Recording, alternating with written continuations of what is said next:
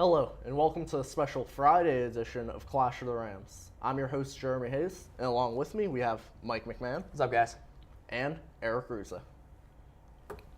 All right, guys, this past Monday, we had an interesting discussion about the Baseball Hall of Fame ballot. This is going to be a debate that could go on for the next 15 years if these steroid era guys don't end up making it into the Hall of Fame. So I just want to hear opinions. We talked a little bit about Monday. You guys didn't get a chance to. Yeah. What do you think? All right. Well, before we get into who's in, who's out, I just want to clear up a couple things with, what I feel about the way the voting is going to go. I'm not necessarily for or against certain people being in, but to say that someone deserves to be in because they did it clean on this ballot is wrong. Craig Biggio shouldn't be in the Hall of Fame because he got 3,000 hits clean. He should just be in the Hall of Fame because he deserves to be in the Hall of Fame, okay? And guys like Curt Schilling shouldn't be in the Hall of Fame because he did it clean. He should be in the Hall of Fame because he deserves to be in the Hall of Fame. It's not so much whether you did it clean or dirty. It's the fact that it was the quality of play while they were in the game. Yeah, I mean, definitely. It's a terrible situation that the writers are in because they can't determine who definitely did steroids, who didn't, when they started, when they didn't.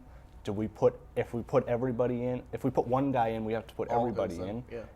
And some people feel that they can do it on a guy-to-guy basis, that Bonds and Clemens were good before, so we're going to put them in, but we're not going to put Sosa or McGuire in because we think they did it all the way through their career. So it's definitely a terrible situation for them to be in. And this year, we're going to find out kind of where this is going to head in the future. The way I see it, I'm more of a guilty until proven innocent type guy with this, because I look at a guy like Biggio, and I love Biggio. I think he should be in, but he didn't exactly come out and say, or neither did Schilling, hey, there's dirty play going on right now. Guys are cheating, and I'm not, and this isn't right, and something needs to be done about it. Nobody did anything like that. So you know what? Because of that, you're guilty by association. If you really felt it was that wrong, because every player knew about it. There wasn't a player in Major League Baseball in the 90s that didn't know that steroids were being used. And if somebody had a big problem with it, why didn't you say anything? That may be true, but we don't know that for a fact. We just don't know. We don't know if Curt Schilling walked into the clubhouse every day and said, I know that guy's doing steroids, I know that guy isn't. We don't know that. And we don't know if he did it. And if you looked at him, he probably didn't. He was a lanky guy. He was not a strong-looking guy. He was not like Clemens. Yeah, okay. But, you look at other guys, like, look at Melky Cabrera. Melky Cabrera is not a big, jacked guy. He used PEDs. That's true, but we just don't. Carlos Ruiz, this is the problem. We do not know what guys did it and what guys don't. Other than the Mitchell report and the list, we don't. We have to go by that. And guys that aren't on that, we can't hold it against them. So in my opinion, Schilling should be in. Based on his stats, his regular season stats. First ballot, you think he should be in? So what if it came out that he was on steroids? Then I would feel differently. You would feel differently? Yes. See, that right there is my point. What's your point? It's because he thinks he did it clean, and therefore because we have no evidence. You're the one that said guilty till proven innocent. It's kind of like the opposite, where innocent till proven guilty. Also, I don't think that's fair. Really? Yeah, no, I think that's wrong. But now to say that there is no possible way that Schilling did anything, there's no proven you evidence that he didn't use anything. So the next 10 years of the Hall of Fame ballot, you're going to assume that everybody was on steroids. That's basically what you're saying. Yeah. Mike's assuming that every single person in baseball during the 90s was on steroids, and that's totally fair. But if you're looking at it by the facts, we don't know that Curt Schilling or any of these other guys were on steroids. So just because they played in that era, we can't hold it against them. I'll play kind of a middle guy. Now I'll side with Mike for a second. But the way that you're saying that, you're also saying now, like, if they get put in, then they're caught. Then Mike ends up being right, where it's like that situation. That's the whole problem with the situation, is that if they end up putting in a Schilling or a Biggio or these guys that aren't really suspected, and it comes out a few years from now that they were on steroids, then what do they do? Okay. That's the whole dilemma that they face. This is why the writers right now need to look at the quality of play. You look at a guy like Craig Biggio, okay? wasn't flashy. Okay, that's one thing. Never. I think he only had one 200-hit season. You look at the 3,000 hits career, it was longevity. First of all, he came in the league as a catcher. He converted to a second baseman. So the fact that he lasted that long, coming up through the ranks as a catcher, is impressive. Another thing, 150 double plays in over 10,000 at bats. Only 150. That's insane. 77% stealing percentage on stolen bases. He took the extra base. He was a hard player, and he lasted over 20 years in the league. That deserves Hall of Fame. Whether he was on steroids or not, it was the quality of play. He was a hard worker, and he has the numbers too. Whether on steroids or not. Whether on steroids or not, he's a Hall of Famer. The big problem I have with you is the assumption of everybody being on steroids. Well, the thing that is, develops a problem. But it takes steroids out of the conversation. You can't do that, though. You cannot do Why that. When it's part of the game, it's a huge problem in the game. You can't take the biggest stage of the Hall of Fame and just say, you know what, we're just going to push it aside and just assume, because that's what you're doing. You're assuming. So if you do that for Biggio, you have to do it for Schilling. Yeah, Exactly, yeah. So based on Schilling's Schilling should be in. statistics, would he be in? Yeah, I think his playoff Okay. performances. You think he's the first ballot? Out of curiosity? That's a tough call. Yeah. I don't know. I definitely think he's in within the next 3 years. Guaranteed, he's in within the next 3 I years. feel like Schilling's in right away. If you I look- wouldn't disagree with that. If you look at his I would not if you look disagree at with his that. regular season statistics, they're pretty similar to some guy win total to Pedro, but obviously Pedro is far superior pitcher. But if you add in Schilling's postseason, 11-2, 2.23 ERA, 2.06 in the World Series, 4-1 in the World Series, 3 World Series championships, the greatest postseason pitcher of all time. Add that to his regular season stats, which are pretty good. I don't think there's a doubt for Schilling. Yeah, and then the only thing I'm going to say, my only beef with Schilling is, dude, keep your mouth shut. He ticked me off when he came out and said that, Bonds and Clemens shouldn't be in the Hall of Fame. Because you know what? I'm going to say something. The best pitcher I ever saw, well, the two best pitchers I ever saw in my life, I know it hasn't been that long. Pedro Martinez and Roger Clemens are the two best pitchers I have ever seen on a mound, ever. I don't disagree with and that. Schilling's not even close to Clemens or Pedro. I think I don't he is. think. I think he's close. I don't think I don't he's know close. if he's right in that. I think they're a whole new upper echelon. I don't level. think that he's in that top tier, but I think he's definitely close. And I think he may be a better postseason pitcher than both of those guys. Okay. And he showed in 04 he outperformed Pedro. So I don't think there's a doubt about Schilling's Yeah. Hall of Am Fame. I allowed to ask a question? Can I Sure, take your go role ahead. for a second? Whoa, okay, go ahead. I want to ask you about the next ballot because we talked about Pedro a little bit. So he's coming up. I think next. You see on next year's Yeah. ballot. Okay, and then you got Ken Griffey Jr. coming up too. Mm-hmm. What about those two guys? They're both in. There's no suspicion. Okay. There's no suspicion. So about them. more towards Griffey. You really don't think Griffey used anything? I don't know if he did. He had to. Well, But, again, but we have assumptions. no evidence. Yeah. And you have to be careful with I assumptions. actually have perfect evidence, actually. Look at his career numbers. His home run numbers totally spiked, and then his body fell apart on him. But he's What's never, happening to he's A-Rod? never What's been- happening to A-Rod? The same thing that happened to he's Ken Griffey never- Jr. The he's same never- thing that happened to Ken Griffey he's Jr. never That's your been evidence on- right there. But you're also saying any player that gets better, they're automatically on steroids. Basically. Not gets better. Ken Griffey Jr. was a great baseball player. He's Yeah. top 5 all time, I think. Ken Griffey Jr. Not many people better. You know what? He's in either way. But I'm not going to sit here and say, oh, he was definitely clean. All right. Well, I can't say that either, but I also can't say just throw him in there and say just because he played during that era that he did. I mean, is there a chance? Of course. It's an insult to his playing because he might be a guy that's clean, and you're just assuming that Right, that- he was a dirty player. The at bottom that time. line is the problem with this discussion is that we do not know who did it and Yeah, who didn't, don't. and we can't tell. So we have to go by what we know. And what we know is there are certain guys that were on lists and that failed tests, okay? So we have to factor that in to their Hall of Fame discussion. As far as the other guys that aren't on any list, we have to go by that. Yeah. We have to go by what we know, and what we know is there's no taint of their career. So, as far as I'm concerned, guys like Schilling and Griffey, they're in. Just because Okay. they played in that era, I can't hold that against You're them. kind of leaning into what I want to ask you guys. I want like an upfront answer, guys like Sosa, Bonds, Clemens. Well- Because we talked about like. Well, I don't like Sosa's putting a whole different I story. don't like putting those three guys. But in the that's same- what I'm saying. I'm just saying like general guys. Let's just say steroid guys who Okay. are accused of using steroids. Are they in the? If they have the numbers, are they in the Hall of Fame? Do you put them in the Hall of Fame, or do you hold it against them? If I was voting, If you were, which of course I'm not, Yeah. I would say you have to do it on a case-by-case basis, okay? In my opinion, Bonds and Clemens would go in based on their careers up to the point where we think that they were taking steroids, okay?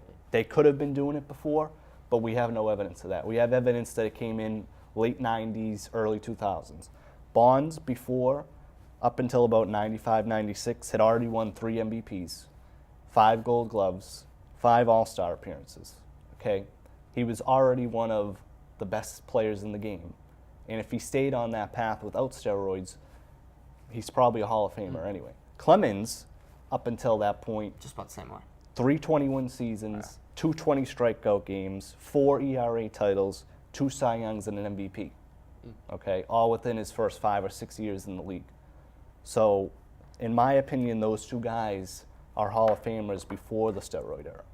All right. We As only far have a as couple more minutes on this segment. as far as Sosa and McGuire, these are guys who were terrible fundamental baseball Strikeouts. players Yeah.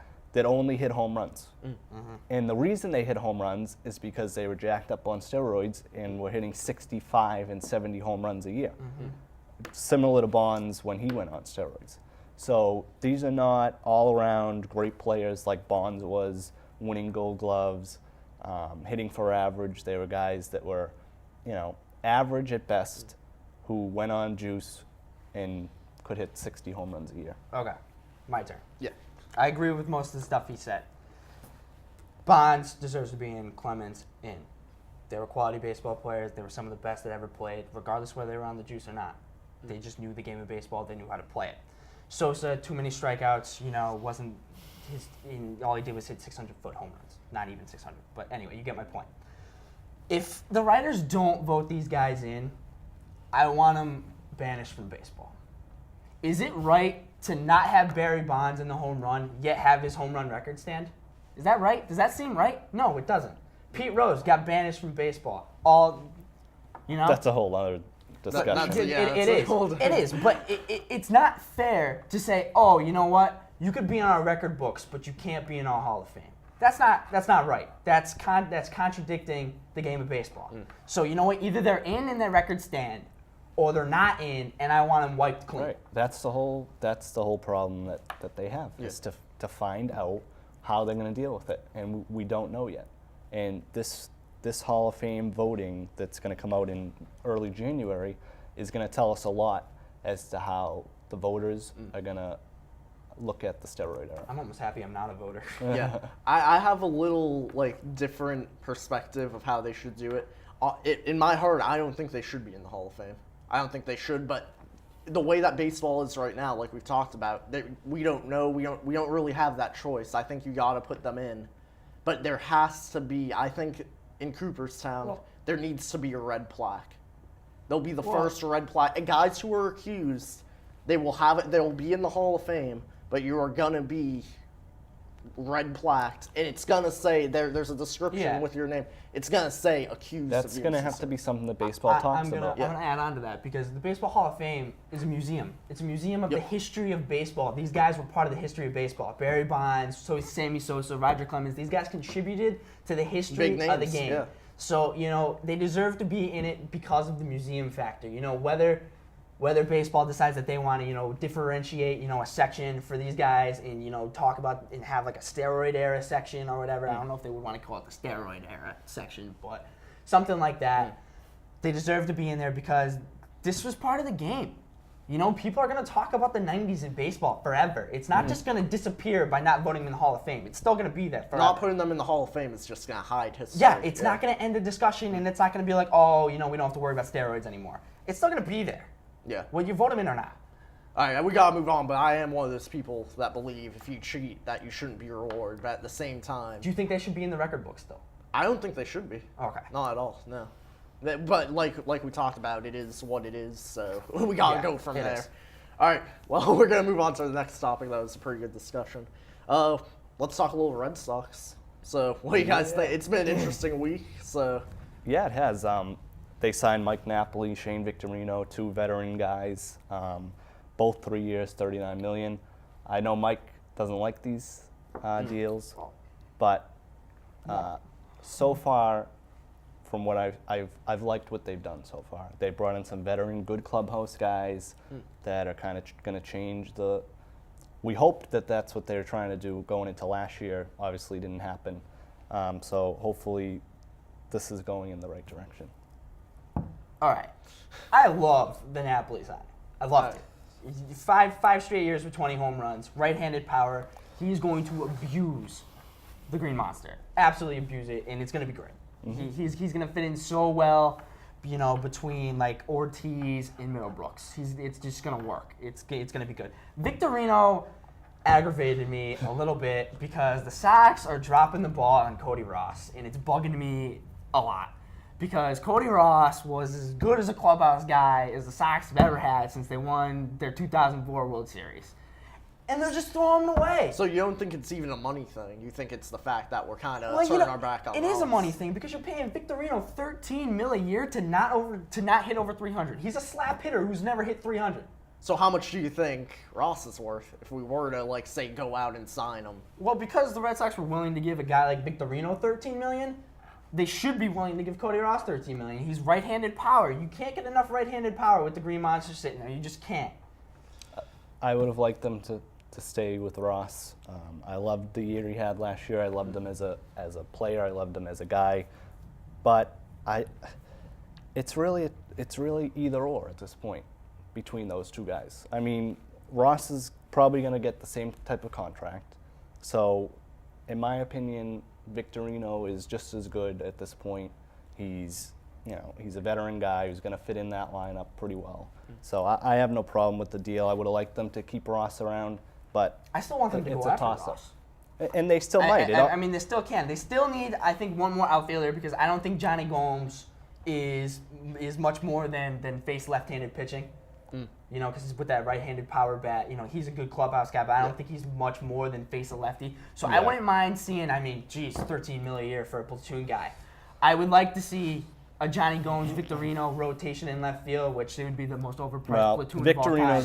And Ross in right field every day with Jacoby Victorino's in going to center. play right field. That they got him to be Right backup for Ellsbury and to play right field because it's big field in Fenway. I'm not a huge Gomes guy.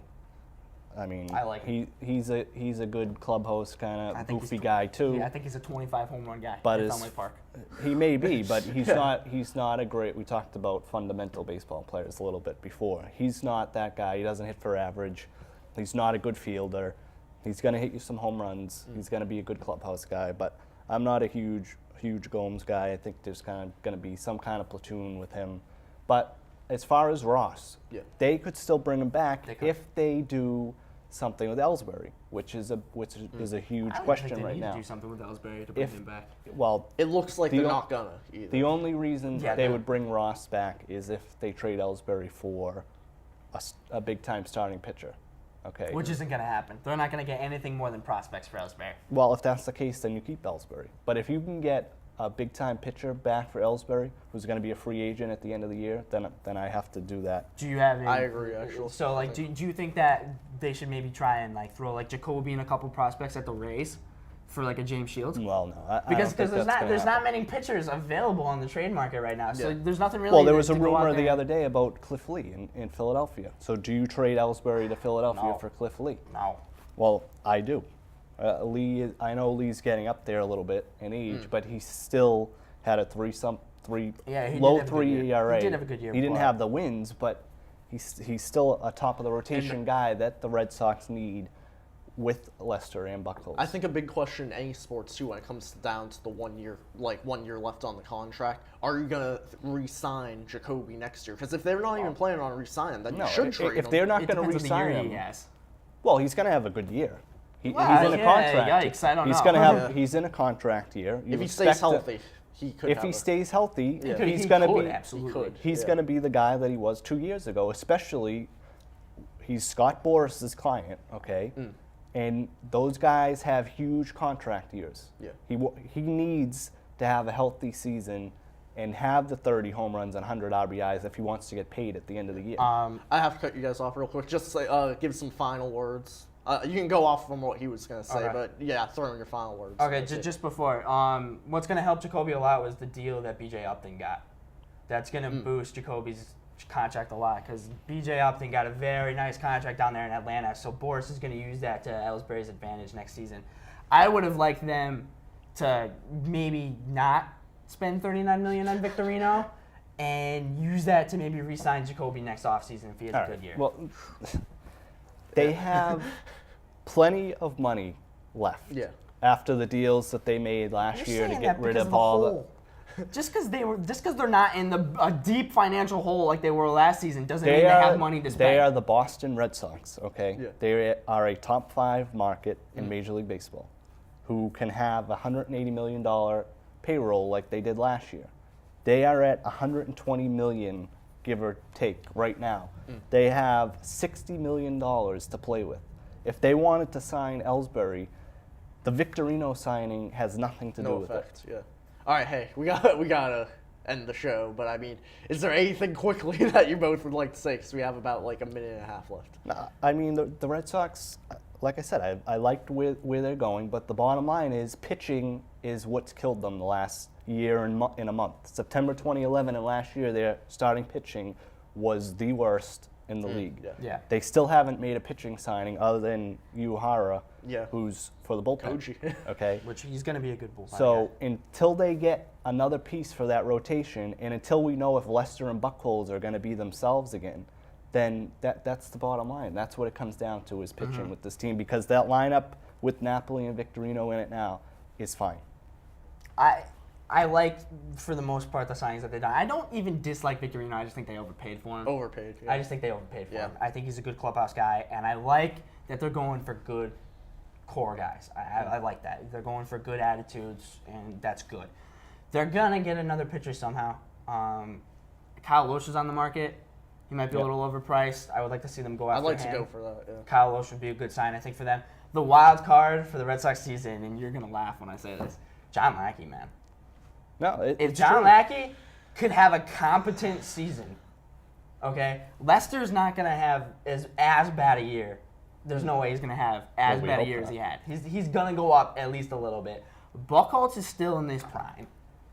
And Lackey so could is bounce Lester. back. Yeah, and so is Lester, too, yeah. And Lackey, guys have bounced back from surgery before. He could. Yeah, It's if very, you're- and if you look at that, if you look at a good a competent Lackey, a good Lester, and a solid Buchholz, Yeah. all you need is 3 pitchers to get you there. If you're a Red Sox fan, you're hoping that John Farrell comes in as a new manager and is able to get through to these guys like he did when he was pitching coach, when they were at the top of their career. Both Yeah. Lester, Buchholz, Also, Daniel Bard, guys like that. Lackey's thrown to Napoli before, so I know Napoli's supposed to play first base, but I wouldn't be surprised if Napoli Right. became And like a he's personal gonna catcher get some for time Lackey. at catcher. He'll get time behind Yeah. him, Maybe I once a think. week. It's definitely, like you said, Farrell is going to be a whole new look to the team, which is a good thing for them. But like you said, guys like Lackey, guys who haven't been as good, it's going to be interesting to see how they they bounce do. back. Yeah. So, Yeah. all right, guys. They're gonna have a chip on their shoulder. So Yeah. I have high expectations. Medium should contend. expectations. I have playoffs in mind. They no should doubt. contend. Playoffs, maybe, They should yeah. contend for that wild card spot. If they don't, They're gonna contend for Red the East. Sox. If they don't, Red Sox Nation is going to be Upset. even more upset than they are right now. Yeah. All right, guys. That was a good episode. All right. That's it for our Friday edition.